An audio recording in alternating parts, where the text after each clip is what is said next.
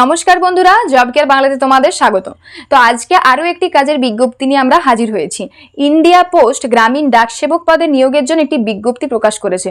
তোমাদের জন্য একটি বড় সুখবর হতে চলেছে, যেখানে 44,228টি শূন্য পদে প্রচুর ছেলে মেয়ে নিয়োগ হবে। যেমন branch postmaster, assistant branch postmaster, ডাক সেবক পদ, এরকম পদগুলিতে ছেলে মেয়ে নিয়োগ হবে।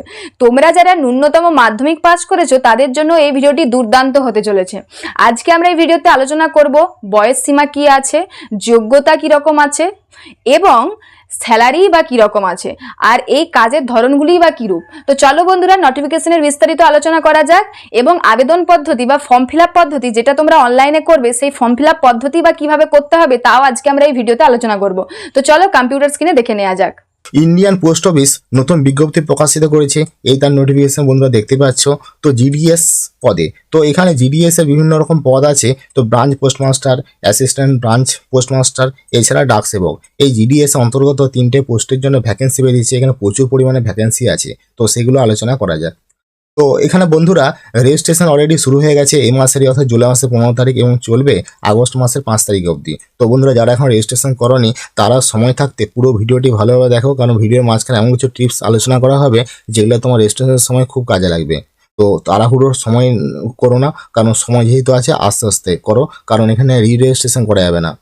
তো বন্ধুরা, যে রেজিস্ট্রেশন করার সময় বা সাবমিট করার আগে যদি কোনো ভুল হয়ে থাকে তাহলে সেগুলো কারেকশনের ডেট আছে, অর্থাৎ আগস্ট মাসেরই 6 তারিখে শুরু হবে এবং চলবে 8 তারিখ, অর্থাৎ দুদিন রেজিস্ট্রেশনে যদি কোনো ভুল হয়ে থাকে সে সমস্ত এডিট বা কারেকশনের উইন্ডো আছে, কিন্তু রেজিস্ট্রেশন হবে না। অর্থাৎ কোনো একটা ফর্ম ভুল হয়ে গেলে আমি যে নতুন করে অ্যাপ্লাই করবো সেটা হবে না। তো সেটা কারেকশন করতে পারি, কিন্তু সেটা রেজিস্ট্রেশন হবে না। তাই বন্ধুরা, আবার কি রেজিস্ট্রেশন হবে না যেহেতু নতুন উইন্ডো তো যখন পাবো কারেকশন করা, সেখানে সব ফিলগুলো আবার কারেকশন করা যাবে না। এই জন্য ভিডিওটা ভালোভাবে দেখো, প্রত্যেকটা জিনিস ভালোভাবে জেনেই ফিল আপ করো, ঠিক আছে? তো এবার জানা যাক এলিজিবিলিটি ক্রাইটেরিয়া, আর যোগ্যতা কি আছে, কেমন যোগ্যতা তোমরা ফিল আপ করতে পারবে। প্রথমে দেওয়া আছে এজ লিমিট, অর্থাৎ বয়স সীমা। এখানে ন্যূনতম 18 বছর হতেই হবে আর ম্যাক্সিমাম 40 বছর। তবে কাস্ট অনুসারে কিছু রিল্যাক্সেশন আছে, তো সেগুলো আলোচনা করা যাক। যেমন এসসি এসটি হলে 5 বছর রিল্যাক্সেশন আছে, ওবিসি কেউ হলে 3 বছর আছে, এবং ইডাব্লিউএস এর ক্ষেত্রে কোনো রকম রিল্যাক্সেশন নাই। যদি কেউ ফিজিক্যাল হ্যান্ডিক্যাপ হয় সেই ক্ষেত্রে 10 বছর। যদি কেউ ফিজিক্যাল হ্যান্ডিক্যাপ সঙ্গে আবার ওবিসি সার্টিফিকেট থাকে তাহলে 13 বছর, এবং এসসি/এসটির সঙ্গে ফিজিক্যাল হ্যান্ডিক্যাপ থাকলে 15 বছর এই রিল্যাক্সেশন আছে। তো বন্ধুরা, এখানে ন্যূনতম 40, ম্যাক্সিমাম 40 বছর, কিন্তু তবুও কাস্ট অনুসারে কিছু রিল্যাক্সেশন আছে। তারপর কোয়ালিফিকেশন, শিক্ষাগত যোগ্যতা কি। তো এখানে পরিষ্কার বলা আছে যে এই জিডিএসে অ্যাপ্লাই করার জন্য অবশ্যই ক্যান্ডিডেটকে মাধ্যমিক পাস করতে হবে। তো যারা এবছর মাধ্যমিক পাস করেছো তাদের ক্ষেত্রে এটা ভালো অপরচুনিটি, যদি মার্কস ভালো থাকে তাহলে তোমরা এই জিডিএসে অ্যাপ্লাই করতে পারো। আর এছাড়া বলা আছে যে অবশ্যই মাধ্যমিকের সিলেবাসে ম্যাথমেটিক্স এবং ইংলিশ সাবজেক্টটা অন্তর্ভুক্ত থাকতেই হবে। তো এখানে স্টেট গভর্নমেন্টের থাকেই, এটা বলার কিছু নেই। তবুও তো যারা এবছর মাধ্যমিক পরীক্ষা দিয়েছো, ভালো মার্কস আছে, তারা অবশ্যই জিডিএসে অ্যাপ্লাই করতে পারো, অপরচুনিটি হতে পারে। তো এবার দেখা যাক যে আদার্স কি কোয়ালিফিকেশন লাগবে। তো এখানে নলেজ অফ কম্পিউটার অভিজ্ঞতা থাকবে, অর্থাৎ যারা এই পোস্টে অ্যাপ্লাই করবে তাদেরকে কম্পিউটারে 6 মাসের বা 1 বছরের কোর্স অবশ্যই থাকতে হবে। এছাড়া কম্পিউটারে ওই কোর্সের মধ্যে বেসিক কিছু তথ্য মানে নলেজ রাখতে হবে, যেমন computer fundamental, MS Word, office, Excel, typing, এ সমস্ত কম্পিউটার বেসিক ইনফরমেশন থাকতে হবে। এছাড়া নলেজ অফ সাইকেল, অর্থাৎ তাকে অবশ্য সাইকেল জানতে হবে। তো এটা গ্রাম বাংলার বা শহরে সবাই জানে। তারপর অ্যাডিকুয়েট মিনস অফ লিভলিহুড, সে যাতে অন্য একটা পরিবেশে বা অন্য একটা স্টেটে গিয়ে নিজের মতো করে সমস্ত কিছু গুছিয়ে জীবনযাপন করতে পারে সেরকম জানতে হবে। তো এটা সবাই জানে। তারপর রিজার্ভেশন, তো পোস্ট অফিসে যত পোস্ট আছে সে সব পোস্টগুলোকে কাস্ট অনুসারে, অর্থাৎ এসসি, এসটি, ওবিসি, পিডাব্লিউবিডি কাস্ট অনুসারে ভাগ করে দেওয়া হয়েছে। তো সেগুলি আলোচনা করা যাক। তো তার আগে আমরা দেখে নেব যে পোস্ট অফিসের অন্তর্গত যে 3টা পোস্ট আছে সেই 3টা পোস্টের জব প্রোফাইল কি, অর্থাৎ এই 3টা পোস্টধারীকে কি কি কাজ করতে হবে। তো প্রথমে জেনে নেয় জবধারী, মানে অ্যাকাউন্টেশন জেনে নিয়ে যাক। তো এখানে স্পষ্ট করে বলা আছে যে যারা জিডিএসে অ্যাপ্লাই করবে তারা কিন্তু সরকারি এমপ্লয়ীদের মতো এমপ্লয়ি নয়। ঠিক আছে, আর এর part with the central government employees. আর সেন্ট্রাল গভর্নমেন্ট এমপ্লয়িজরা কর্মচারীরা যেরকমভাবে সুযোগ সুবিধা পায় সেরকম মতো জিডিএস অন্তর্গত এই 3টা পোস্টের জন্য সবাই সুবিধা পাবে না। অর্থাৎ সেন্ট্রাল গভর্নমেন্টের কর্মচারীরা ডিএ টিএ গ্র্যাজুইটি বোনাস এছাড়া আরও অনেক কিছু পায় স্যালারির সাথে, সেগুলো কিন্তু এই জিডিএস অন্তর্গত এই 3টা পোস্ট থেকে পাবে না। ঠিক আছে, কিন্তু কাজ করতে হবে তুলনায় ভালোই কাজ করতে হবে। যেমন এখানে maximum 5 hours a day, minimum দিনে এই 5 ঘন্টা কাজ করতে হবে, যেহেতু কাজটা খুবই কম আছে। ঠিক আছে, তো এ হচ্ছে রুল।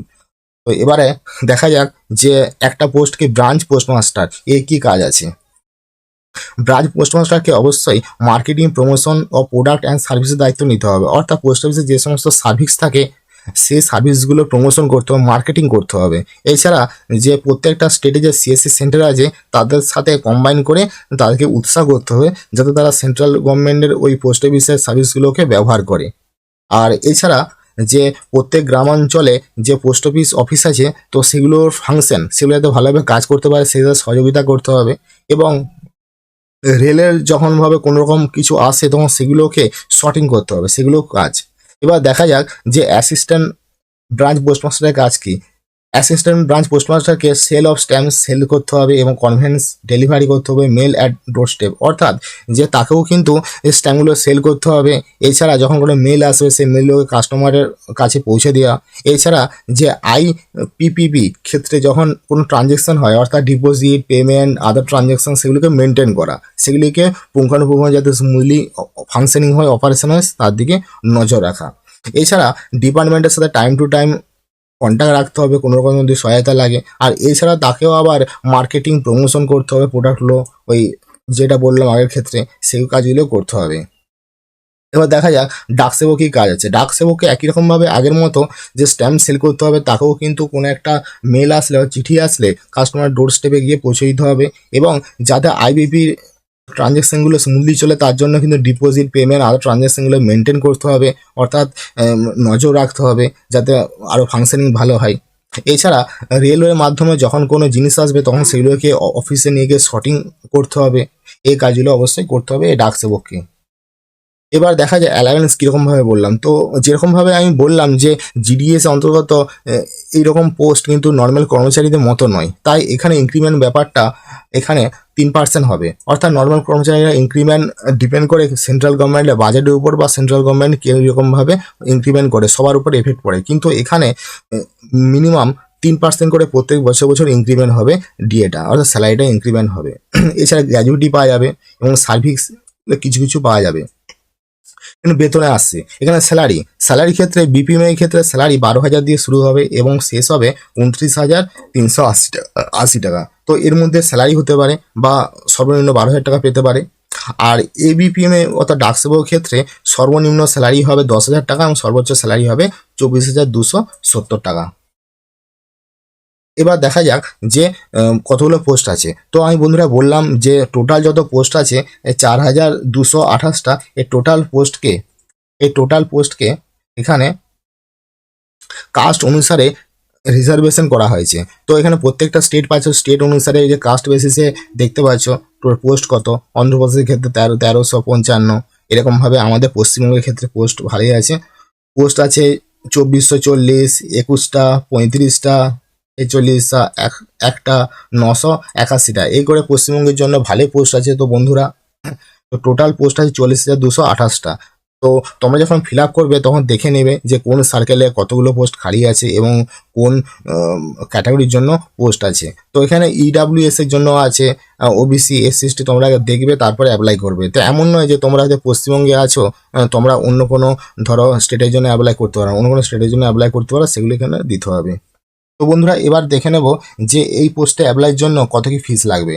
তো এখানে জিডিএস অনলাইন এনগেজমেন্টে এখানে 100 টাকা ফিস লাগবে শুধুমাত্র জেনারেলদের জন্য। হ্যাঁ বন্ধুরা ঠিকই শুনেছ, যারা জেনারেল তাদের জন্য 100 টাকা ফিস লাগবে। কিন্তু এখানে সমস্ত রকম মেয়েদের ক্ষেত্রে বা ট্রান্সজেন্ডার ওমেনের ক্ষেত্রে অথবা এসসি এসটিদের জন্য কোনো রকম টাকা লাগবে না। এখানে স্পষ্টভাবে লেখা আছে যে শুধুমাত্র জেনারেল আর ওবিসিদের জন্য টাকা পয়সা লাগবে, কিন্তু মেয়েদের ক্ষেত্রে সম্পূর্ণ ছাড় আছে। আর এসসি এসটি ছেলে মেয়ে হলে সম্পূর্ণ ছাড় আছে, ট্রান্সজেন্ডার মেয়ে হলে বা ছেলে হলে ওরকম ছাড় আছে।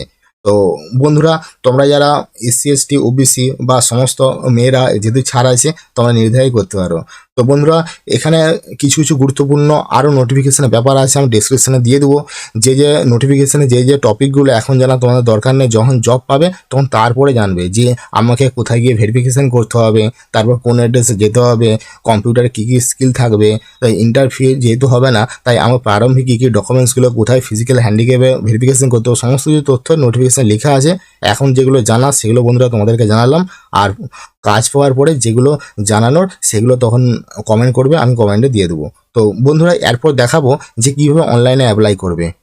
অনলাইনে অ্যাপ্লাই দুটো পদ্ধতির মাধ্যমে সেগুলি দেখা, চলো বন্ধুরা দেখা যাক। জিডিএস অ্যাপ্লাই করার জন্য প্রথমে লিখতে হবে, গুগলে সার্চ করতে হবে জিডিএস, এবং প্রথমে সাইট পাবে ইন্ডিয়ান পোস্ট, দেখতে পাচ্ছ বন্ধুরা এখানে Indian post GDS online .gov.in, এই সাইটে যেতে হবে।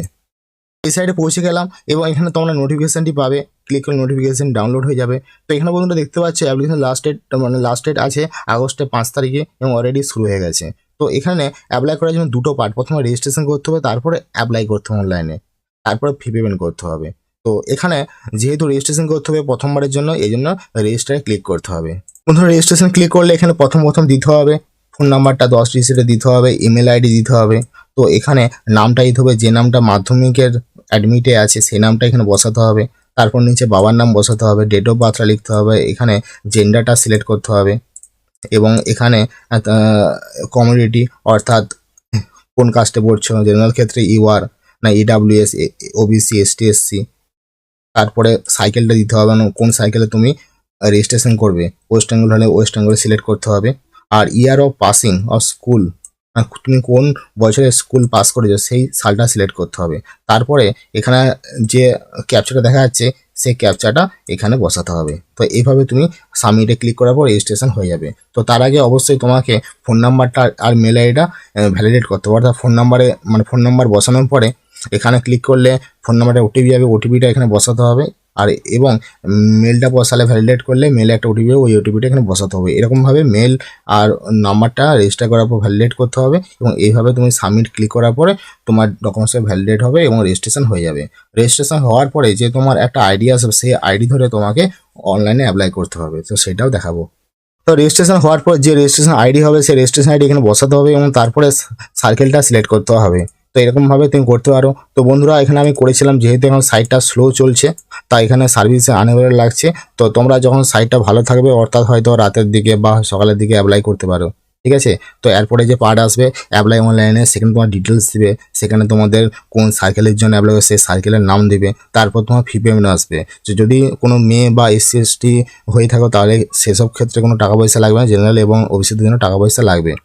এইভাবে তোমরা ফর্ম ফিল আপ করতে পারো। যদি কোনো ফর্ম ফিল আপ অসুবিধা হয় তাহলে আমি আর একটা ভিডিও দিয়ে তোমাদেরকে সাহায্য করব, কিন্তু এখন যেহেতু সার্ভিসটা পাচ্ছেন তাই আমি তোমাদের সাহায্য করতে পারছি না। তো বন্ধুরা ফর্ম ফিল আপ করবার সময় তোমাদের যদি কোনো অসুবিধা হয়ে থাকে অবশ্যই কমেন্ট সেকশনে কমেন্ট করে দিও, আমরা যথাযথভাবে তোমাদের সাহায্য করার চেষ্টা করব। এবং ভিডিওটি যদি ভালো লেগে থাকে অবশ্যই ভিডিওটিকে লাইক করে দিও এবং যারা আমাদের চ্যানেলে নতুন তারা চ্যানেলটিকে অবশ্যই সাবস্ক্রাইব করে দিও এবং পরবর্তী ভিডিও নোটিফিকেশন পাওয়ার জন্য বেল আইকনে প্রেস করে দিও।